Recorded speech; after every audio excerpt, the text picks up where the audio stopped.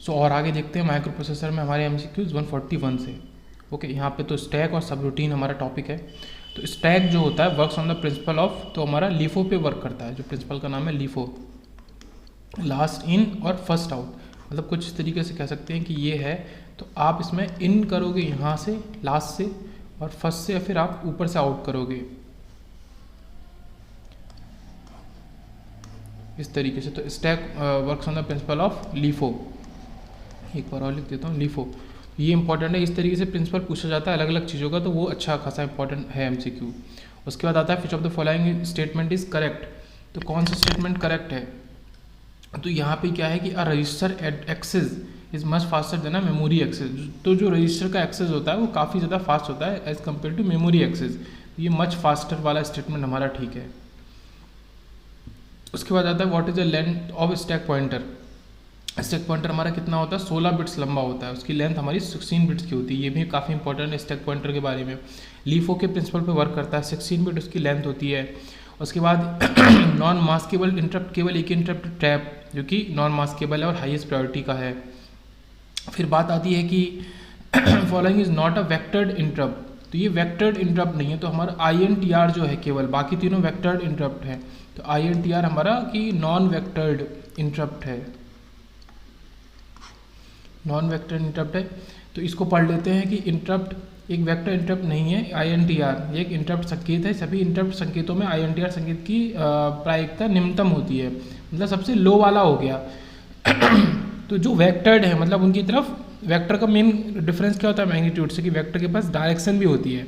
तो डायरेक्शन दी जाती है, तो सबसे ज़्यादा हाईएस्ट प्रायोरिटी का ट्रैप, उसके बाद 7.5, 6.5, 5.5 करके INTR सबसे लो है इन सब के अंदर, इसीलिए नॉन वेक्टर इंटरप्ट है।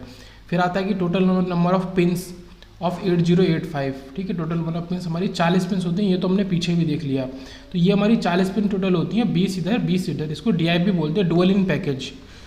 DIP डुअल इन पैकेज, क्योंकि 20 इधर और 20 इधर टोटल करके 40 हमारी पिंस होती हैं। ये सारी 40 सारी की सारी पिंस हैं।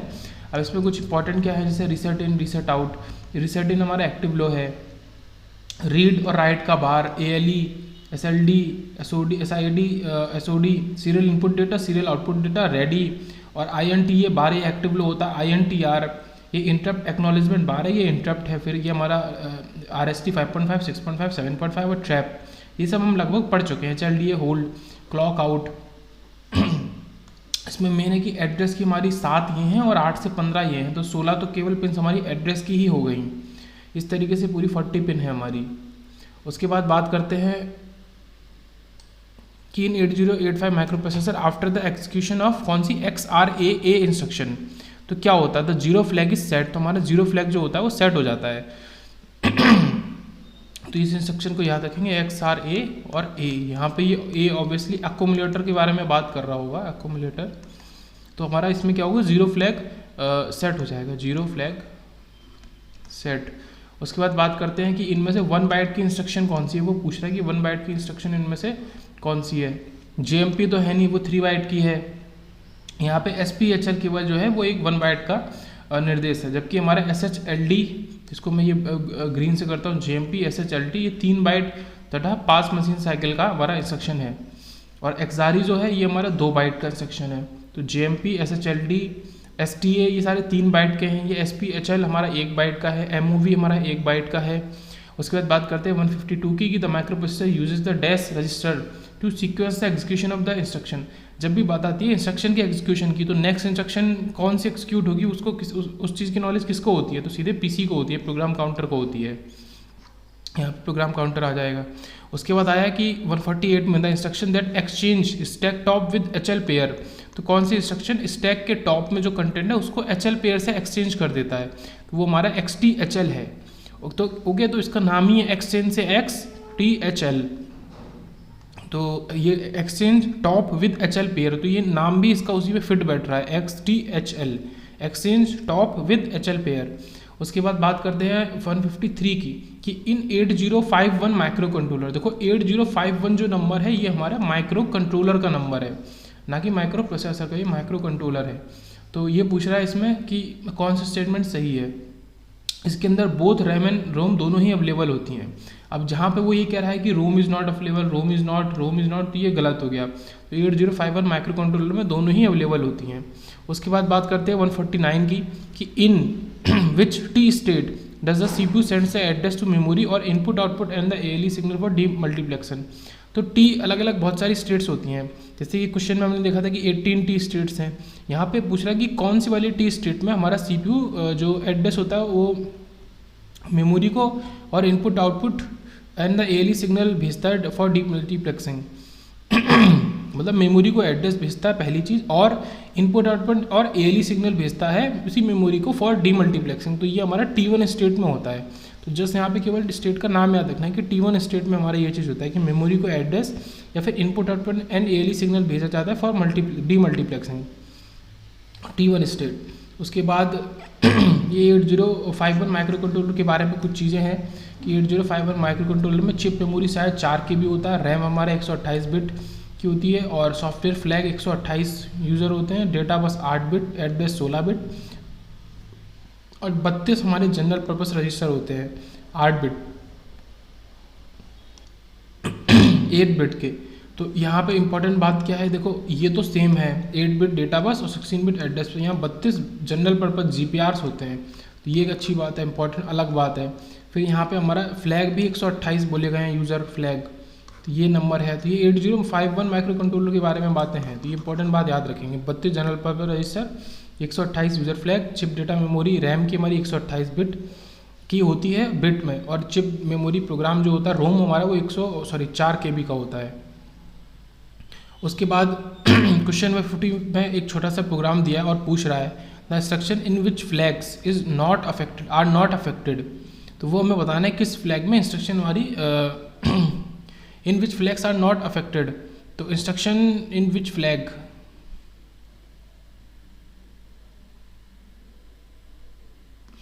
This is the instruction in which flags are not affected, ये कहना चाह रहा है कि कहाँ पे हमारे जो फ्लैग्स हैं वो अफेक्टेड नहीं हो रहे हैं।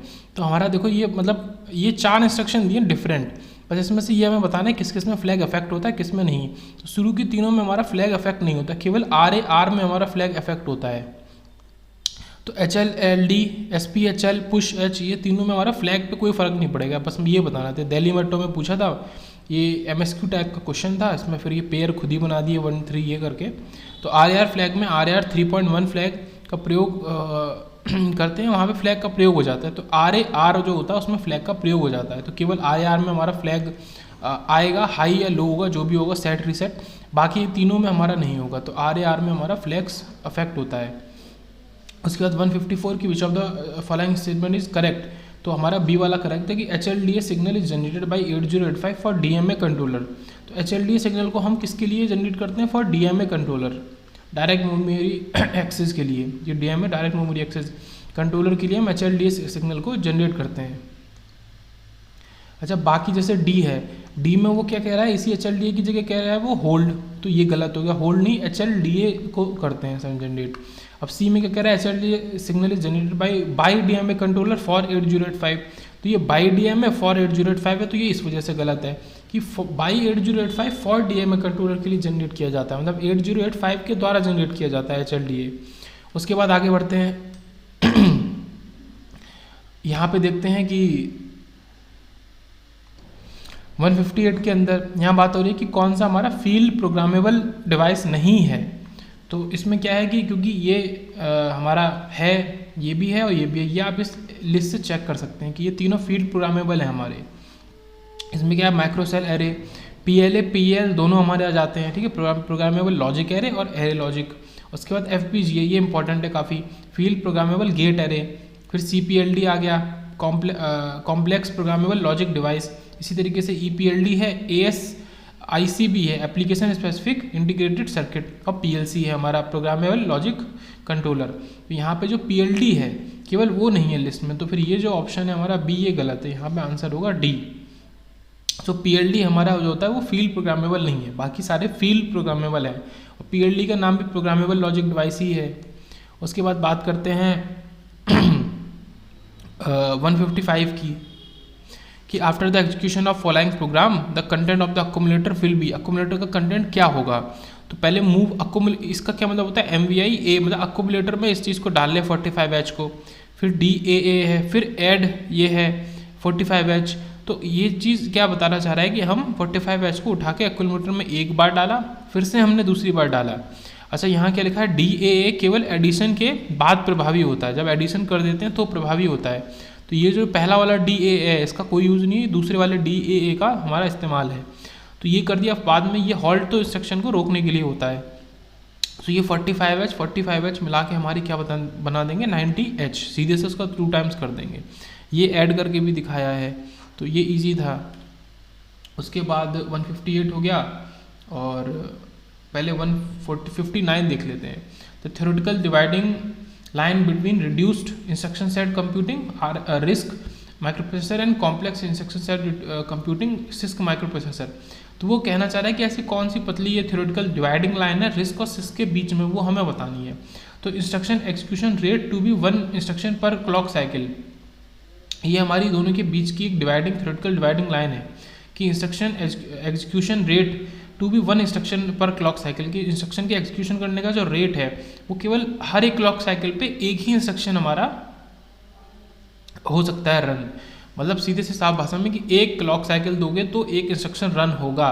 रिस्क और सिस्क में ये एक थ्योरेटिकल डिवाइडिंग लाइन है कि एक इंस्ट्रक्शन हमारा केवल एक क्लॉक साइकिल के लिए ही रन होगा, एक क्लॉक साइकिल पे एक से ज़्यादा रन आप नहीं करा सकते। उसके बाद आता है, इसको याद कर लेना है कि the advantage of write copy back data cache organisation over the write through organisation. तो एक राइट कॉपी या फिर राइट बैक डेटा, एक तो राइट बैक डेटा है, एक राइट थ्रू ऑर्गेनाइजेशन है, एक write back data cache organisation है, एक राइट थ्रू ऑर्गेनाइजेशन है।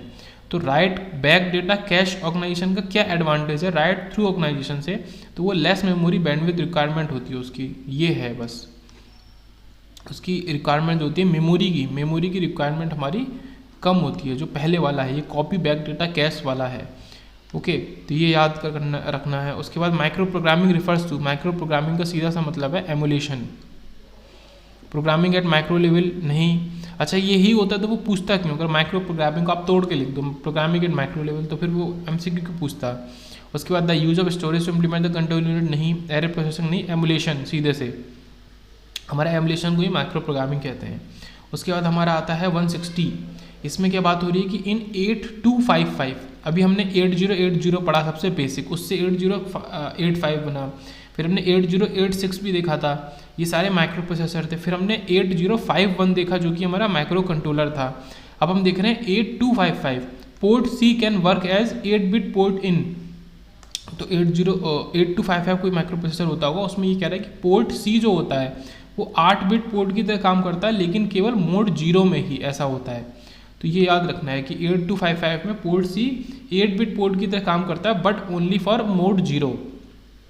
उसके बाद 161 में आते हैं कि द चिप 8255A, अभी उसी की बात हो रही है, is connected as peripheral input output, the chip is selected when address A2 to A7 are all 1 या high, the address of the control register is, अगर A2 से लेके A7 तक ऑल को हाई कर दिया और A1 और A0 को अभी लो ही रखा है, तो हमारा एड्रेस क्या होगा कंट्रोल रजिस्टर का, तो वो बताना है, तो वो FFH होगा।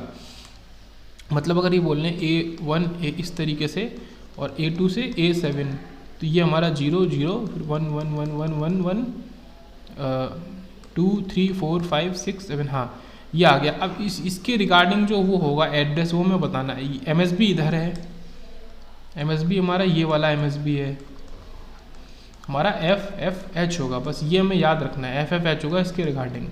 अगर हम ये कर रहे हैं A2 से A7 को हाई कर रहे हैं, 1 कर रहे हैं। उसके बाद बात आती है how long is IPv6 address. IPv6 address हमारा कितना होता है, हमारा 128 बिट्स का होता है, ये हमें याद रखना है। और उसकी लंबाई हमारे 2 की पावर n से ही हम वो करते हैं, नापते हैं। उसके बाद आता है which one of the following is a DMA controller. तो हमारा इंटेल 8257, अब ये स्पेसिफिक अलग अलग काम के लिए स्पेसिफिक चीज़ें बताई जा रही हैं कि DMA कंट्रोलर की अगर बात कर रहे हैं हम, तो वो हमारा कौन सा है 8, 2, 5 और 7। ये हमारा इंटेल का जो चिप बोलेंगे या माइक्रो प्रोसेसर बोलेंगे, ये DMA कंट्रोलर की तरह काम करता है। ये क्वेश्चन फिर वही जो बार बार मैं बोल रहा हूँ काफ़ी इंपॉर्टेंट है कि which of the following is highest priority, तो ट्रैप की हमारी प्रायोरिटी सबसे ज़्यादा होती है। पहले 166 देख लेते हैं। नेक्स्ट देखते हैं 166। यहाँ पे कह रहा है the serial data can be input through SID line by, तो सीरियल डेटा को इनपुट कराना है through SID line. Serial input data line जो है उसका नाम ही सीरियल इनपुट डेटा, कैसे करा सकते हैं, बाई एक्सिक्यूटिंग RIM इंस्ट्रक्शन। तो ये जो RIM निर्देश होता है इसको दे के हम सीरियल डेटा को SID लाइन से हम इनपुट करा सकते हैं। तो ये SID लाइन पर अपने आप में काफ़ी नहीं है, सीरियल इनपुट डेटा करने के लिए, सीरियली इनपुट करने के लिए हमें एक्सिक्यूट भी करना पड़ेगा RIM इंस्ट्रक्शन को भी, तभी वो होगा। उसके बाद आता है हमारा सीधे से 167 की RS-232 इंटरफेस। अच्छा, ISRO का क्वेश्चन है, इंपॉर्टेंट क्वेश्चन है, छोटा सा क्वेश्चन है 1 लाइन का, तो ज़्यादा चांसेस एग्जाम में आने के। तो RS-232 है जो है वो a logic high uses positive voltage. तो यहाँ पे बात कर रहा है वो लॉजिक में कि हाई है, लो है, क्या है, किस तरीके का वोल्टेज यूज़ करता है। तो वो लॉजिक हाई होता है और पॉजिटिव, फिर लॉजिक हाई है तो फिर पॉजिटिव वोल्टेज को यूज़ करेगा, ऑब्वियस ही बात है। तो जो RS-232 है वो पॉजिटिव वोल्टेज को हमारा यूज़ करता है।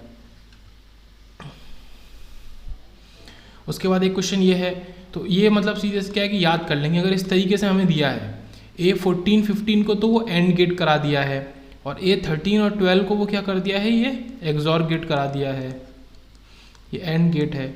फिर उनसे जो निकला उनको नैंड करा दिया है। तो हमसे पूछ रहा है कि आउटपुट क्या रहेगा, तो हमें जो बताना है, अब यहाँ पे दो चीज़ें दी हैं कि 8 बिट का तो माइक्रो प्रोसेसर है और एड्रेस बस हमारी 16 बिट की है। 16 बिट की है तभी ये 14-15 तक गया है हमारा, ओके, तभी 14-15 तक गया है। 8 बिट का है तो साइज जो होगा वो 8 के बाइट्स ही लिखना है हमें, 8 के बाइट्स। तो बाकी ऑप्शन तो वैसे ही गलत हो गए। बाकी जो इसका ये लिखना है वैल्यू एड्रेस लाइन की, तो वो D000H से E FFH वाली लिखनी है, तो इसको बस याद कर लेंगे। बाकी तो वही है कि इन दोनों का उठा के आप एंड कराओ, इन दोनों 13-12 का एक्सॉर कराओ, फिर उनको यूज़ करके फिर उनका ये बाद में नैंड कराओ, तब आप CS डैश में वैल्यू लिखो। तो वो बहुत ज़्यादा लेंथी है, बस ये याद रखेंगे कि अगर इस तरीके से दे रहा है, इस क्वेश्चन को एज इट इज़ रिपीट कर रहा है तो हम सही करके आएंगे। साइज 8 के बाइट्स और D000H से E FFH तक।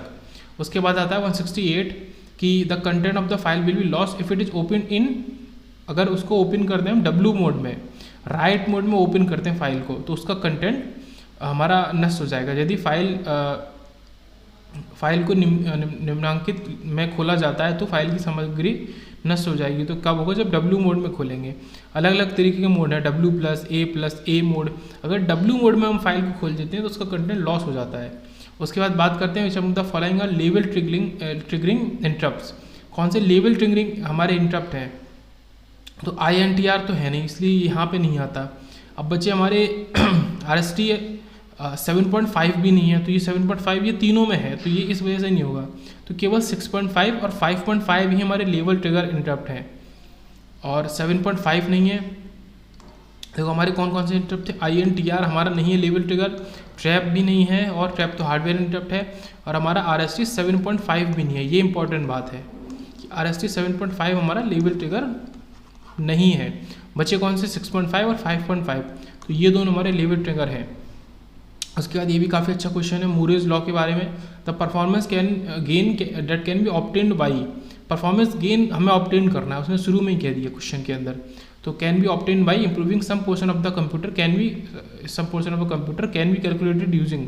तो जो परफॉर्मेंस गेन है, जिसको हमने कुछ पोर्शन से इम्प्रूव कर दिया कंप्यूटर के, उसको हम गेन कैलकुलेट कैसे करेंगे, तो मूरेज लॉ के अकॉर्डिंग कैलकुलेट करेंगे। तो यहाँ पे बस ये परफॉर्मेंस गेन को कैलकुलेट करना है, तो मूरेज लॉ। उसके बाद आती है, और ये क्या है, किसी कंप्यूटर का परफॉर्मेंस गेन मूरेज लॉ से ज्ञात किया जाता है। मूरेज लॉ को 1965 में इंटेल को फाउंडर, ये इंटेल के को फाउंडर थे गॉर्डन मूरे, उन्होंने दिया था, ठीक है, गॉर्डन मूरे को फाउंडर ऑफ इंटेल। उसके बाद बात करते हैं 775 की, विच instruction in 8085 micro processor can clear the accumulator. तो अक्यूमुलेटर को क्लियर करने के लिए हम XRA और A को यूज़ करते हैं, ये इंपॉर्टेंट है क्योंकि अक्यूमुलेटर की बात हो रही है, तो A तो आना जरूरी है। तो ये A और B ऑप्शन तो गलत हो जाएंगे, मूव BC और JNZ 2100H तो गलत हो गए। अब इसमें ST है और ये है, तो XRA जो होती है वो एक्यूमुलेटर को हमारा क्लियर करने के लिए ही यूज़ होती है। उसके बाद देखते हैं 8259। अब बात कर दी उसने किसकी, 8259। अब प्रोग्रामेबल इंटरप्ट कंट्रोलर है ये। In cascade mode can handle interrupts of कितने तक के प्रायोरिटी लेवल के इंटरप्ट्स को हैंडल कर सकता है, 64 प्रायोरिटी लेवल के इंटरप्ट्स को 8259 हमारा हैंडल कर सकता है। कैन हैंडल इंटरप्ट्स ऑफ 8259, तो ये इंपॉर्टेंट क्वेश्चन था। ओके, उसके बाद आगे चलते हैं 176 पे कि विच पोर्ट ऑफ 8255 PPI क्या प्रोग्रामेबल कंट्रोलर वाला is only use in BSR mode, कौन सा पोर्ट केवल BSR मोड में ही यूज होता है 8255 का, तो पोर्ट C केवल हमारा। PPI का मतलब है प्रोग्रामेबल पेरिफेरल इंटरफेस। तो यहाँ पे इंपॉर्टेंट है कि इसका पोर्ट C ही केवल BSR मोड में हमारा यूज होता है, ये याद रखेंगे। बाकी ये वैल्यू दी हैं अलग अलग तरीक़ों से यूज़ करने के लिए। तो अगर 11 आता है तो वो कंट्रोल रजिस्टर की तरह काम करेगा, और हम अगर 10 वैल्यू देते हैं तो पोर्ट C को हम काम करा सकते हैं, 01 देने पे पोर्ट B को, 00 देने पे पोर्ट A को। तो पोर्ट C तीसरा वाला है 10 देने पे, तो BSR मोड केवल पोर्ट C में ही हमारा काम करता है, ये याद रखना है 8255 PPI के अंदर। उसके बाद आता है एन इनपुट आउटपुट, यहाँ पे बात हो रही है 172 की, कि हमारा N input output device at which data enters और लीव्स। एक इनपुट आउटपुट डिवाइस है जहाँ डेटा या तो एंटर करता है या तो लीव करता है। तो ये इजी सा आंसर है। कीबोर्ड केवल डेटा को एंटर कराने के लिए यूज होता है, प्रिंटर डेटा का आउटपुट के लिए। टर्मिनल जो होता है, टर्मिनल से डेटा हमारा एंटर भी करता है और लीव भी करता है। उसके बाद बात करते हैं क्वेश्चन नंबर 173 की, कि N input output processor control the flow of information between. तो इनपुट आउटपुट प्रोसेसर जो है तो वो कंट्रोल करता है किसका, control the flow of information, किसके बीच में कंट्रोल करता है। तो एक तो इनपुट आउटपुट डिवाइसेस होंगी क्योंकि इनपुट आउटपुट प्रोसेसर है, और मेन मेमोरी। तो main memory and input output devices, तो यहाँ पे कैश मेमोरी की बात नहीं है और 2 इनपुट आउटपुट डिवाइसेस की भी नहीं बात है। मेन क्या बात है, मेन मेमोरी और इनपुट आउटपुट डिवाइसेस के बीच में वो बात कह रहा है। उसके बाद आता है 177 कि RS-232 केवल स्टैंड्स फॉर, ये अच्छा क्वेश्चन है काफ़ी ज़्यादा। तो रीड एंड सेव, RS का मतलब है रीड एंड सेव, तो ये सेंड वाला गलत हो जाएगा हमारा। Read and save 232 byte cable for parallel input output, और पैरेलली इनपुट आउटपुट के लिए होता है। इसका फुल फॉर्म याद रखेंगे RS-232 का, रीड एंड सेव 232। उसके बाद बात करते हैं 174 की, कि DMA चैनल क्या करता है, अलाउज विदाउट प्रोग्राम इंटरवेंशन। तो DMA channel data facilitates data to move into and out of the system without program intervention. तो DMA चैनल डेटा को इन और आउट करने में हेल्प करता है विदाउट प्रोग्राम को छेड़े हुए। ये DMA का खासियत है कि डायरेक्ट मेमोरी एक्सेस है DMA, तो डेटा को वो इन और आउट आप करा सकते हो बिना प्रोग्राम को छेड़े हुए, इंटरवेन किए हुए, with the help of DMA channel. उसके बाद बात आती है हमारा 178 की, if the address of port A of 8255 PPI, हमने ये ऊपर भी देखा था, 8255 ऊपर देखा था, जिसमें आप 00 दोगे तो पोर्ट A काम करेगा। इसी तरीके से 011 011, ठीक है, यहाँ कंट्रोल वाला था। तो इस 40 एड्रेस बता रहा है पोर्ट A का कि 40H है address, then control register address will be. देखो ये आसान क्वेश्चन है, 40H इसका है तो 41H होगा, 42H होगा और 43H होगा। 43H किसका होगा, ये लास्ट वाले का होगा। ओके, तो कंट्रोल रजिस्टर हमारा कौन सा होता है, ये 11 के लिए कंट्रोल रजिस्टर होता है जो ऊपर टेबल दिखी थी। तो इस वजह से 43H आप सीधे से आंसर लिख दोगे इसमें। इसी तरीके से इसी क्वेश्चन को और करके भी पूछ सकता है कि पोर्ट A का 40H है तो पोर्ट B का कितना होगा, 41H, ये पोर्ट B का। फिर पोर्ट C का 42H, और पोर्ट हमारा जो है ये कंट्रोल रजिस्टर वाला है उसका 43H। ये चीज़ यहीं पे ये टेबल फिर से दी है कि पोर्ट A B C, तो ये इस तरीके से है कि 40H, उसके बाद हमारा उसके बड़ा हुआ 41H 42H, और ये 43H हो गया कंट्रोल रजिस्टर का। ये किसकी बात हो रही है, 8255 प्रोग्रामेबल पेरिफेरल इंटरफेस PPI की। उसके बाद बात करते हैं 182 की, कि इन 8086 processor the following has the highest priority among all the type interrupt. तो देखो 8085 की अगर बात करें जिसका MCQ बार बार आता है, तो वहाँ तो ट्रैप है हाईएस्ट प्रायोरिटी का। अब हम सेम बात करते हैं 8086 की, तो 8086 में हमारा NMI है हाईएस्ट प्रायोरिटी का इंटरप्ट, ये है NMI। और इसमें क्या है, टाइप 255 टाइप 0 ओवरफ्लो। तो इंटरप्ट की प्राथमिकता के हिसाब से सबसे पहले तो हमारा हार्डवेयर इंटरप्ट होगा, उसके बाद फिर हमारा NMI होगा, non maskable interrupt. Hardware interrupt तो आप जब भी इंटरप्ट कर दोगे वो हार्डवेयर के थ्रू कर रहे हो तो वो तो सबसे पहले उसी को एक्सेप्ट करेगा। बट सॉफ्टवेयर में जो सबसे हाई प्रायोरिटी का इंटरप्ट है नॉन मास्केबल, उसको मास्क नहीं किया जा सकता, अभी उसका नाम है नॉन मास्केबल इंटरप्ट, तो NMI होगा। उसके बाद फिर हमारा सॉफ्टवेयर इंटरप्ट जो भी हैं और इंटरनल इंटरप्ट और रीसेट। इस तरीके से हमारी प्रायोरिटी 8086 की। 8086 क्या होता है, जो डेटा बस इसमें 16 बिट की होती है, ये इसकी खासियत है। 8085 में डेटा बस हमारी 8 बिट की ही होती है। उसके बाद आते हैं कि an array processor is a dash machine. तो एरे प्रोसेसर की बात अगर करें तो वो हमारी, तो हम बात कर रहे हैं SIMD की। An array processor is a dash machine, तो SIMD मशीन, सिंगल इंस्ट्रक्शन और मल्टीपल डेटा। तो ये होता है, तो ये इस तरीके से SIMD इंस्ट्रक्शन पूल, ये पूरा का पूरा हमारा एरे प्रोसेसर हो गया। ये प्रोसेसर यूनिट की बात हो रही है। तो एरे प्रोसेसर हमारा SIMD मशीन होता है, सिंगल इंस्ट्रक्शन और मल्टीपल डेटा। यहाँ पे जो इसमें MIMD में I और D है, ये इंस्ट्रक्शन और डेटा की बात कर रहा है। तो MIMD मतलब मल्टीपल इंस्ट्रक्शन नहीं है, सिंगल इंस्ट्रक्शन ही होता है। उसके बाद बात करते हैं 183 की, द पिन कॉन्फ़िगरेशन ऑफ 8086 जो कि माइक्रो प्रोसेसर है एडवांस्ड, तो उसके अंदर भी 40 पिन ही होती हैं, जैसा अभी 8085 के अंदर होती हैं। ये इसकी 40 पिन के बारे में है। ये ग्राउंड हो गई, ये A14 से लेके A0 तक ये हमारी सारी डेटा पिन हो गई 16 एक 17 एक ग्राउंड, और यह 3 ये हमारी और हो गई पिन। ये हमारा NMI INTR क्लॉक 20 इधर है 20 उधर है। उसके बाद बात आई कि difference between a switch and an hub और स्विच के बीच में हमारा क्या डिफरेंस होता है वो हमें बताना है। तो स्विच अवॉइड्स फ्लडिंग। स्विच क्या होता है, हब क्या होता है, वहाँ पे बहुत सारे वायर्स एक साथ जोड़ जाते हैं, उस जगह को हब फिर बोल देते हैं, बना देते हैं, तो वहाँ पे फ्लडिंग हो सकती है। बट स्विच जो होता है, स्विच अवॉइड करता है फ्लडिंग को, तो दोनों सेम तो है नहीं। फिर आया C पॉइंट की हब अवॉइड्स ब्रॉडकास्ट, ऐसा भी नहीं है कि हब ब्रॉडकास्ट को अवॉइड करता है, तो यहाँ पे सिर्फ ये है कि स्विच अवॉइड्स फ्लडिंग। उसके बाद आता है कि विच ऑफ द 184 कि which of the following processor is structure is pipelined. तो कौन सा प्रोसेसर का स्ट्रक्चर पाइपलाइंड, तो हमारा 8086 जो है उसका जो स्ट्रक्चर है प्रोसेसर का वो पाइपलाइंड है, जिसमें 20 एड्रेस लाइन होती हैं, 16 हमारी डेटा लाइन होती हैं, 1 MB का यहाँ पे मेमोरी होती है, हम काम कर सकते हैं 1 MB का, रोम हमारी 1 MB होती है। इसमें 2 पाइपलाइन का उपयोग किया जाता है, फैच स्टेज और एग्जीक्यूट स्टेज। तो ये 2 स्टेज में पाइपलाइन का प्रयोग किया जाता है। इसके अंदर 256 वेक्टर इंटरप्ट हैं, 256 हमारे पूरे वेक्टर इंटरप्ट है। ओके, तो काफ़ी बड़ा नंबर है। भाई बात किसकी कर रहे हैं, 8086 की। ओके, तो यहाँ पे फैच स्टेज हो गई एक और एग्जीक्यूट स्टेज हो गई दूसरी। यहाँ पे 2 जो होती हैं पाइपलाइन के मोड होते हैं, पाइपलाइन का उपयोग 2 तरीके से किया जाता है। तो पाइपलाइन की अगर बात करें 8080 तो बेसिक है वो होगा नहीं, 8085 भी नहीं होगा, 4040 कुछ नहीं होता। उसके बाद बात करते हैं 181 की, a micro controller differs from a micro processor in terms of. तो माइक्रो कंट्रोलर में क्या होता है ऐसा, मेमोरी कॉन्फ़िगरेशन और इनपुट आउटपुट इंटरफेसेस एक्स्ट्रा होते हैं। मतलब आप यही करो कि माइक्रो प्रोसेसर के साथ में मेमोरी कॉन्फ़िगरेशन कर दो और इनपुट आउटपुट इंटरफेसेस लगा दो, तो वो माइक्रो कंट्रोलर कहलाएगा। ये मेन डिफरेंस है माइक्रो प्रोसेसर और माइक्रो कंट्रोलर के अंदर। उसके बाद आखिरी की कुछ देखते हैं। यहाँ पे बात है which is commonly use programmable interface and particularly use to provide handshaking.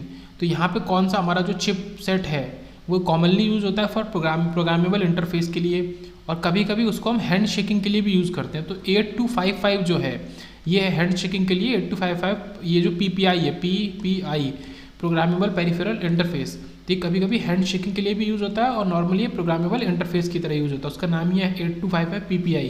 तो ये 8255 याद रखेंगे। उसके बाद क्वेश्चन है PLAs, CPLDs, FPGAs are all which type of device. तो ये सारे के सारे हमारे प्रोग्रामेबल लॉजिक डिवाइस हैं। PLA, CPLD, FPGA ये सब इसके टाइप हैं असल में जाके।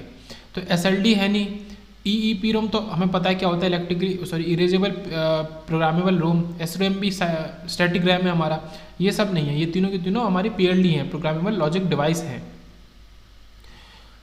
उसके बाद बात करते हैं 186 की, कि assuming ideal condition the speed of obtain from a balance n stage pipeline is. तो अगर स्पीड ऑफ की बात करते हैं तो हमें स्पीड ऑफ कितना n स्टेज पाइपलाइन से n ही मिलता है, सेम मिलता है स्पीड ऑफ की बात करें। उसके बाद बात करते हैं pipelining technique is use in microprocessor to improve which of the following parameter. तो पाइपलाइनिंग टेक्निक असल में किस चीज़ को इंप्रूव करती है, तो पाइपलाइनिंग हमारा मैक्सिमम क्लॉक फ्रिक्वेंसी को इंप्रूव करती है, क्लॉक फ्रिक्वेंसी को और अच्छे से यूटिलाइज करने में हेल्प करती है हमें। पाइपलाइनिंग, तो पाइपलाइनिंग का ये मेन काम है। उसके बाद आता है 188 की which of the following parameter is improved by introducing pipeline in the digital design. तो पाइपलाइन को इंट्रोड्यूस करने से क्या चीज़ इंप्रूव होती है? अभी हमने एक चीज़ देखी कि क्लॉक फ्रिक्वेंसी को मैक्सिमम करती है, और यहाँ पे भी सेम वही चीज़ है कि इम्प्रूव हमारा clock frequency, maximum clock frequency हमारी इंप्रूव हो जाती है और ज़्यादा अच्छी हो जाती है, बेहतर हो जाती है।